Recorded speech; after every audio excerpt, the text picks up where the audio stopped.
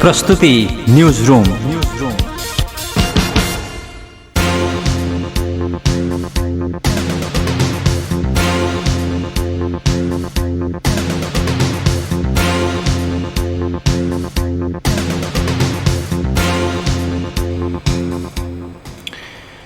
नमस्कार, कार्यक्रम न्यूज रूममा यहाँलाई हार्दिक स्वागत छ। कार्यक्रमको साथमा छु म विनोद केसी।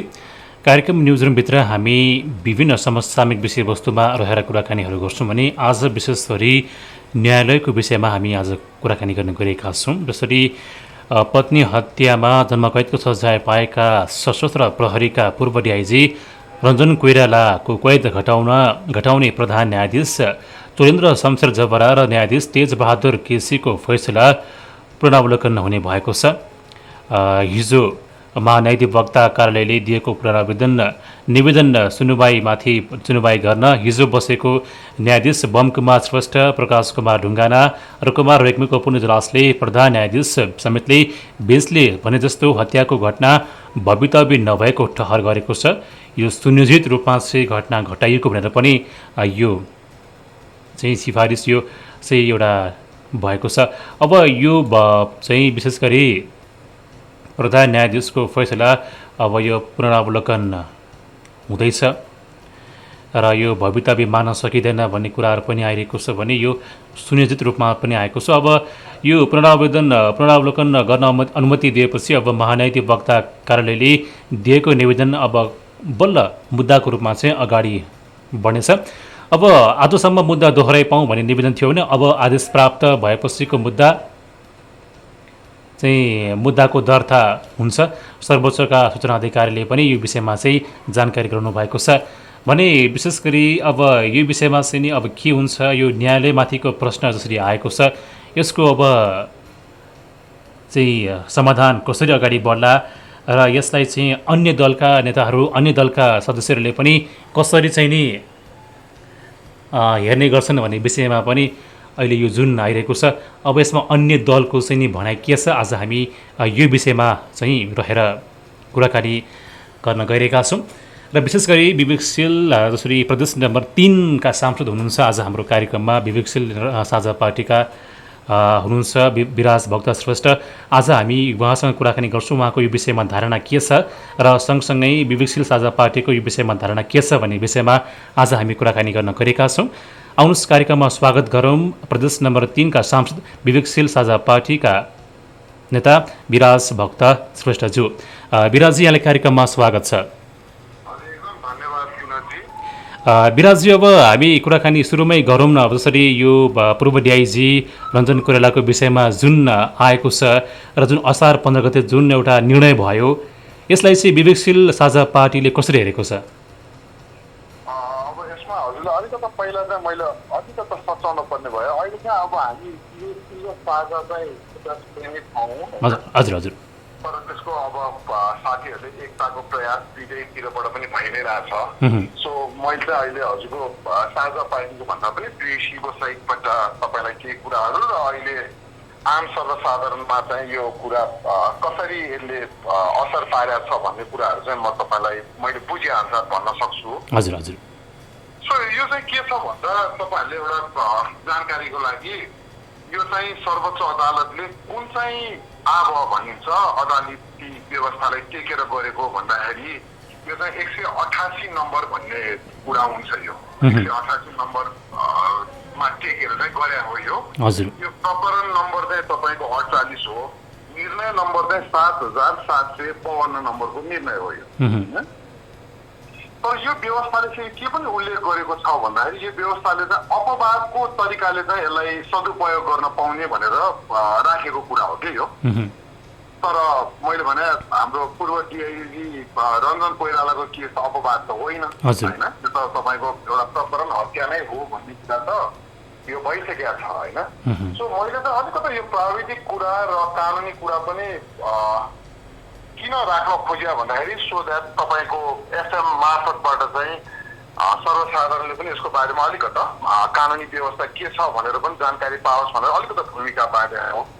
ऐनले दिएको भन्दा बढी अधिकार चाहिँ अदालत जस्तोले चाहिँ प्रयोग गर्नु हुँदैन त्यसलाई। जुन गर्दाखेरि चाहिँ यो म चाहिँ यसलाई एउटा कानुनी त्रुटिकै हिसाबले देख्छु। अब यो त्रुटिले गर्दाखेरि चाहिँ आम सर्वसाधारण जो चाहिँ अब न्यायमा विधिको शासनमा विश्वास गर्ने मानिसहरूले एकदमै मनोबल किन भन्दाखेरि अहिले पनि हामीलाई थाहा नै छ अदालती व्यवस्थाप्रति मानिसहरूको कतिको तिक्तता छ, तर पनि मान्छेले न्याय खोज्न पर्यो भने चाहिँ जाने ठाउँ भनेर चाहिँ अदालत सरकारसँग होस् होइन जोसँग होस्, घरेलु छिमेकीको झगडादेखि लिएर केही भइसकेपछि चाहिँ तँलाई अदालतमा भेट्छु भन्ने त आम टोन नै हो नि। तर अदालतले यसरी अब पहुँचको आधारमा भन्ने, व्यक्तिको आधारमा भन्ने यस्तो खालको निर्णयहरू गरिसकेपछि त त्यो व्यवस्थाप्रति मान्छेहरूको विश्वास घट्नु भनेको त विधिको शासनप्रतिको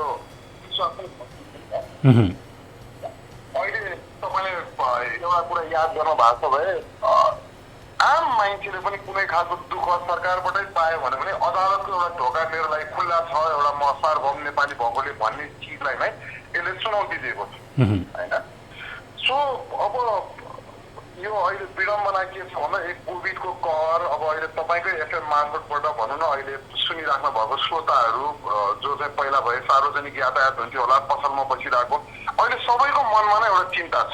अहिले पसलमा बसेर सुनिराख्नु भएको मान्छेहरूलाई हेर्नुहुन्छ भने व्यापार पनि छैन, भाडा तिर्नु पर्ने छ, घर चलाउनु पर्ने छ, के हुन्छ भन्ने थाहा छैन। त्यसले गर्दा यो कानुनी यो एउटा हाम्रो अन्तिम त्यो छ भन्ने हिसाबमा चाहिँ यसले चाहिँ एउटा ठुलो नकारात्मक सन्देश दिएको जस्तो लाग्छ मलाई दिनदियो। हाम्रो पार्टीले पनि हामी आन्तरिक छलफलहरूमा नै छौँ। हाम्रो नेतृत्वहरू त तपाईँको सडकमा उत्रेर अस्ति पक्राउ पनि पर्नु भएको थियो। हजुर हजुर। अब यसलाई कसरी ल्यान्डिङ गर्ने भन्ने कुरामा चाहिँ मलाई के लाग्छ भन्दा अहिले नेपालको राजनीतिक नेतृत्वहरू खास गरिकन ठुला राजनीतिक दलहरूको असफलता चाहिँ म के देख्छु भन्दाखेरि यो त मेरो हिसाब प्रधान न्यायाधीशमा त महाभियोगै लाग्ने मुद्दा हो जस्तो लाग्छ मलाई। हजुर हजुर। जस्तो अब बिराजी अब हुन त यो महाअभियोगको पनि प्रसङ्गहरू चर्चाहरू पनि भइरहेका छन्, तर अब जुन मुद्दाको विषयमा हामीले कुराकानी गर्छौँ, जुन अधिकार प्राप्त हुन्छ न्यायाधीशलाई, प्रधान न्यायाधीशलाई, त्यो अधिकारको पनि अझ बढी चाहिँ टेकेर चाहिँ दुरुपयोग पनि भएको जस्तो यहाँले पनि भनिहाल्नु भयो। अब जनताले चाहिँ एउटा आम जनताले बुझ्ने भनेको अब जुन किसिमको सजाय, जुन किसिमको अपराध गरेको छ, अब यसलाई भवितव्य पनि भनेको छैन, सुनियोजित पनि भनेको छ भनेपछि त जुन सजाय तोकिएको थियो त्यो पुरा पनि हुन दिएन र प्रधान न्यायाधीशले जुनको आधारमा चाहिँ नि अब रिहा गर्यो भनेपछि जनतामा एउटा एक किसिमको गुनासो के रह्यो भन्दाखेरि अब जुन न्यायको लागि हामी अदालतसम्म जान्छौँ, तर अदालतमा पनि यस्ता किसिमको चाहिँ नि एउटा चाहिँ नि कुनै व्यक्ति उप चाहिँ नि चाहिँ यो कानुनको कुरा गर्दाखेरि, जुन अपराधको कुरा गर्दाखेरि चाहिँ नि जुन सजाय छ त्यो चाहिँ व्यक्ति पछि फरक हुँदाखेरि चाहिँ नि आम जनमासमा गुनासो आयो। यो अब हामीलाई पर्दाखेरि चाहिँ हामीलाई पनि हेर्ने अदालत नै हो, तर अदालत यसरी मान्छे पछि नै यसरी सजाय चाहिँ फरक गर्छ भने हामीले न्याय कसरी पाउँछौँ होला भन्ने एउटा चाहिँ यो एउटा आम नागरिकको चाहिँ गुनासो नै भयो। हजुर। अब यही विषयमा हेर्ने भने अब विदेशमा यदि हुँदो हो त अब न्यायाधीशमाथि कुनै प्रश्न आयो, कुनै विवादहरू भयो भने त उसले स्वत राजीनामा दिने पनि छ, यो हामीले सुनेका पनि छौँ होइन। भनेपछि अब नेपालको कन्टेक्स्टमा हेर्दाखेरि चाहिँ नि अब महाअभियोगको कुरा पनि आइरहेको छ। अब यो नैतिकताको आधारमा हेर्ने भने उहाँमाथि नैतिकताको प्रश्न चाहिँ कतिको आएको छ यतिखेर? यो त तपाईँले प्रश्नमा नै उत्तर छ। हेर्नुहोस् न, यो त तपाईँको जुन खालको व्यवस्था, जुन खालको निर्णय भयो त्यसलाई नै एउटा केलाएर हेर्ने हो भइदिए त अहिलेको लागि त यो त एउटा छानबिनकै विषय पनि हो नि होइन। बार एसोसिएसन फेरि नेपालमा संरचनागत हिसाबले हामीले के पनि बुझ्नुपर्छ भन्दा कुनै पनि निकायले कुनै पनि निर्णय गर्यो भने त्यसलाई चेक एन्ड ब्यालेन्समा राख्ने निकायहरू पनि छन् क्या होइन। तर यस्तो दुःख अब हामी आन्दोलनमा छौँ होइन, एनएफ इज एनएफ भनेर गरेका छन्, त्यहाँ आन्दोलनमै छौँ नि, धेरै विषयहरू छन् अहिले भइरहेको। हामीले दिउँसो नै सरकार देखेन भनेर मोमबत्ती बालेर सरकार खोज्ने क्याम्पेन गरिरहेको थियो, तर अहिले त यो तात्तातो कुरा जुन विषयमा अहिले हामी छलफल गरेर न्याय पनि भेटिएन कि अब त। हजुर, मैले बुझ्नु यो दुईटा फरक प्रसङ्ग हो होइन। सरकार भेटिएन भनेको त्यो चाहिँ कार्यकारी अधिकार लिएर जनताको मत लिएर गएको एउटा त्यो भयो, तर यो त संवैधानिक एउटा अङ्गमा पनि जहाँ गएर चाहिँ भोलि भनौँ न एउटा आम नागरिकको सरकारसँग नै कुनै खालको मुद्दा पैरवी भयो भने जाने ठाउँ अदालत हो नि त। अनि अदालतले यो व्यक्तिको कुरा पनि होइन, व्यक्ति पछि जुन तपाईँले अघि भन्नुभएको फरककोमा मात्र सीमित छैन क्या यो कुरा, यो त न्याय व्यवस्था नै कस्तो हो भन्ने कुरा आयो क्या अब होइन। भनेपछि त के अरे is illegal if you pay it's legal भने जस्तो भयो क्या यो चाहिँ तपाईँको गैर कानुनी हो तर पैसा तिर्न सक्छ भने चाहिँ कानुनी हो भने जस्तो भयो नि त हजुर होइन भनिसकेपछि यो त आई थिङ्क बियोन्ड सेन्सिटिभिटी कुरा हो अब म के देख्छु भन्दा आम सर्वसाधारणमा यस्तो खालको नैराश्यता छ कि उहाँहरूले यो सबै चिज स्वीकारेर बस्न भइसक्यो कि त्यहाँनिर जस्तो तपाईँले अस्ति बालुवाटारमा यो एनएफ इज एनएफकोमा जाँदा जुन खालको उत्साह थियो अब के भन्दा यस्तै हो भन्ने भयो तर म चाहिँ के पनि निवेदन गर्छु भन्दा हजुरकै एफएमबाट त्यतिमा मात्र सीमित राख्नु हुँदैन त्यो हामीले जति जति त्यो आवाजहरू कम गर्दै जान्छौँ त्यति नै यस्ता खालका घटनाहरू चाहिँ बढ्दै जान्छन् होइन किन भन्दा म तपाईँलाई उदाहरण सहितै दिन्छु क्या 46 सालपछि एउटा कुनै कर्मचारीले 500 रुपियाँ घुस खायो हामी चुप लाग्यौँ उसको मनोबल बढ्यो उसले 5000 खान्थ्यो हामी चुप लाग्यौँ अहिले तपाईँले त्यो श्रृङ्खला अहिले आएर हेर्न थाल्यो भने अरबमा खान थाल्यो भने कि किन भन्दा हाम्रो मौनताले गर्दाखेरि पनि होइन भ्रष्टाचार चाहिँ यसरी मौलाएको छ यो कुरा चाहिँ हरेक नागरिक अहिले सुनिराख्नु भएको सबैले बुझिदिनु पर्यो होइन किन भन्दा लोकतन्त्र अब त तपाईँले एउटा हेर्नु भयो भने अहिलेको परिस्थितिमा त देशमा लोकतन्त्र छ जस्तो लाग्छ तपाईँलाई जसले जे गरे पनि हुने रहेछ नि त पहुँचको आधारमा त यही केससँग अर्को जोडेको त तपाईँको त्यो मदिरा खाएर मापसे गरेर जुन त्यो दुर्घटनामा हत्या भएको मान्छे पनि छुट्यो हेर्नुहोस् त्यहाँ होइन भनेपछि त त्यसले त के भोलि रक्सी खाएर चलाएर कोही मान्छे मऱ्यो भने पैसा तिरेर त निश्चित रहेछ नि त होइन सो भनेपछि यो चाहिँ हामीले पनि एउटा छलफलको हिसाबमा चेतनाको हिसाबमा चाहिँ हामीले बुझ्नुपर्ने कुराहरू चाहिँ यो पनि छ जस्तो मलाई लाग्छ क्या किनभने त्यो सिस्टम बनाउनलाई त पठाएको मान्छेहरू त हामीले नै पठाएका मान्छेहरू हो नि त बुझ्नु भन प्रतिनिधिमूलक व्यवस्थामा आइसकेपछि प्रतिनिधिलाई मात्र हामीले नेतालाई मात्र गाली गरेर भएन हामीले अहिलेसम्म कस्तो मान्छेहरूलाई चाहिँ देशको चाबी दिएर रहेछौँ त होइन अनि अर्को कुरा के छ भन्दा यसमा तपाईँले याद गर्नु भएको छैन अहिले पनि भर्खरै संसारहरूमा मैले देखेँ सम्माननीय प्रधानमन्त्री र नेपाली काङ्ग्रेसका सभापति बीच चाहिँ कुन राजनीतिक नियुक्तिहरूको चाहिँ भागभन्दा भयो अरे होइन अनि न्यायपालिका पनि भागभन्दाकै हिसाबमा हुने भयो त जबकि हामीले नामै न्यायपालिका जुन चाहिँ विशुद्ध राजनीतिबाट बाहिर हुनुपर्ने संस्था होइन अब त्योमा नै यो भागभन्दाको राजनीति हुन्छ भए त उसले देशको जनताको हितको लागि गर्छ कि नियुक्ति गरेको मान्छेको स्वार्थको लागि गर्छ होइन सो यस्तो फन्डामेन्टल कुराहरू चाहिँ धेरै यसले ल्याएको छ विनोदजी होइन सो म चाहिँ यसरी नै देखिरहेको छु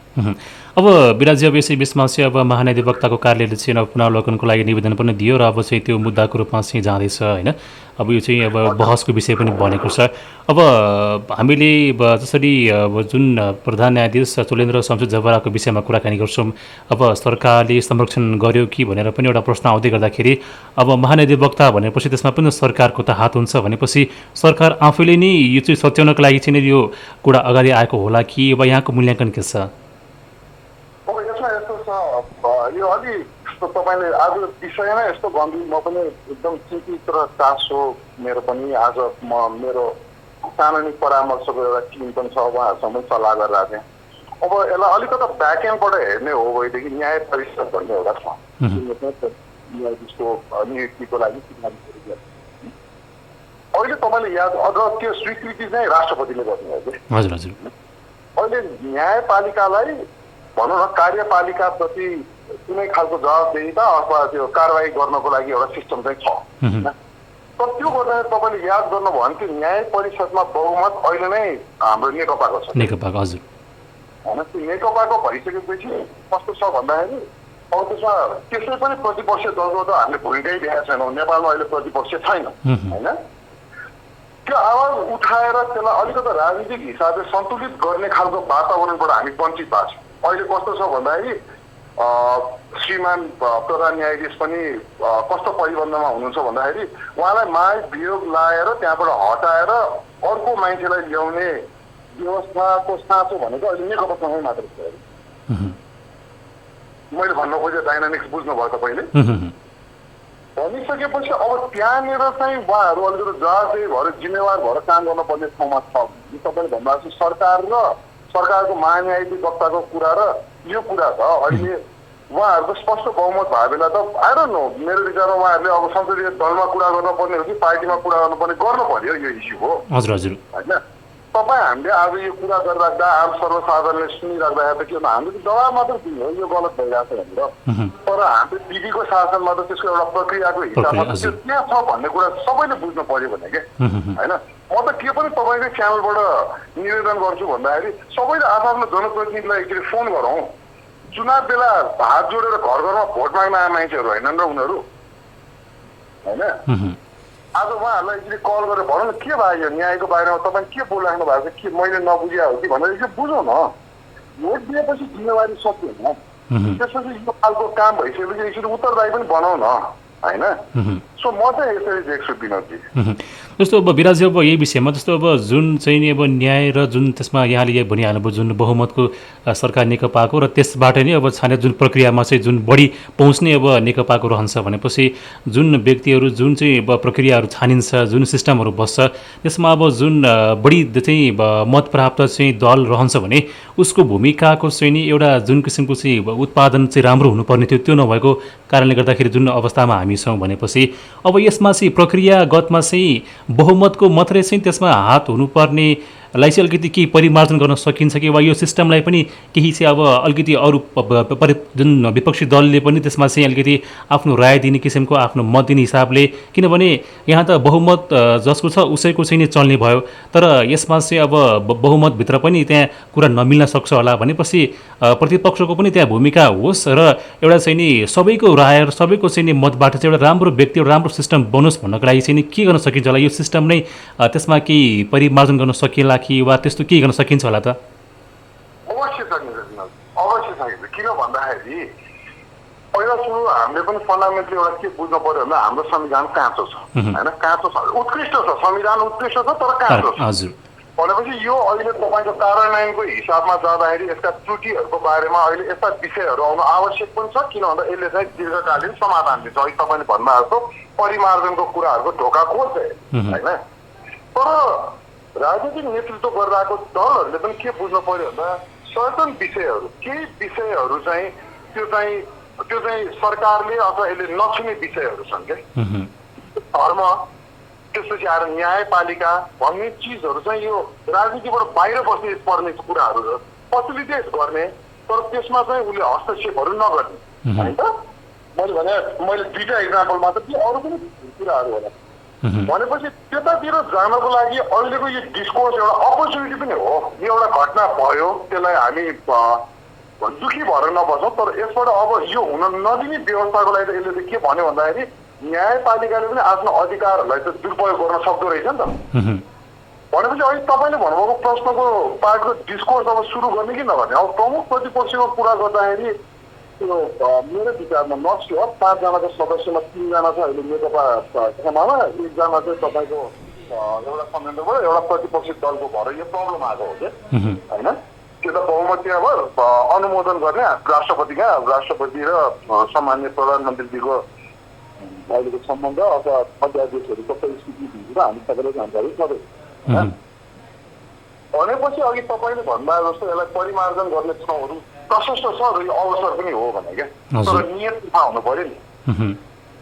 मैले भने तपाईँले नै अघि भन्नुभएको चिज आजको दिन क्याबिनेटमा किन छलफल हुँदैन सत्ता पक्षको संसदीय दलमा किन छलफल हुँदैन तपाईँ र म बसेर एफएममा यसरी कुरा गरिराख्ने विषय हो कि यो उहाँहरूले छलफल गर्ने विषय छलफलको उहाँहरूले यो जनता समस्यामा छ भन्ने कुरा नै हेरेका छैनन् कि उहाँहरूले अहिले कसरी सरकारमा को प्रधानमन्त्री हुने को टिक्ने को नटिक्नेमा अल्झेर बस्नु भएको छ यो सबैभन्दा दुःखद लागिरहेको छ मलाई हजुर अब विराजी जस्तो अब जुन बारम्बार जुन पटक चाहिँ जस्तो विगतमा पनि हाम्रो चाहिँ न्यायपालिकामाथि जुन प्रश्नहरू आइरहे न्यायालयभित्र चाहिँ बस्ने व्यक्तित्वहरूमाथि चाहिँ प्रश्नहरू आइरह्यो सरकारबाट जुन किसिमको चाहिँ जुन सपोर्टहरू पनि पाइरहेका थिए उनीहरूले त्यसकारण पनि आफ्नो चाहिँ नि हुकुम आफ्नो चाहिँ न्यायालयप्रतिको चाहिँ जुन बेपरवाह जुन किसिमको कामहरू पनि गरे तर अब यसको चाहिँ नि होइन अब यो त अति नै भयो इनफ इज इनफ पक्कै पनि भने जस्तै अब यो जब न्यायपालिकामाथि आसीन व्यक्तित्वहरूमाथि नैतिक सङ्कटहरू आउँछ नि अब यसको चाहिँ एक मात्र उत्तम समाधान के हुनसक्छ कार्यक्रमको अन्त्यमा भन्नुहोस् न मलाई चाहिँ कस्तो लाग्छ भन्दा हामीले व्यवस्था परिवर्तनको आन्दोलन धेरै गर्छौँ होइन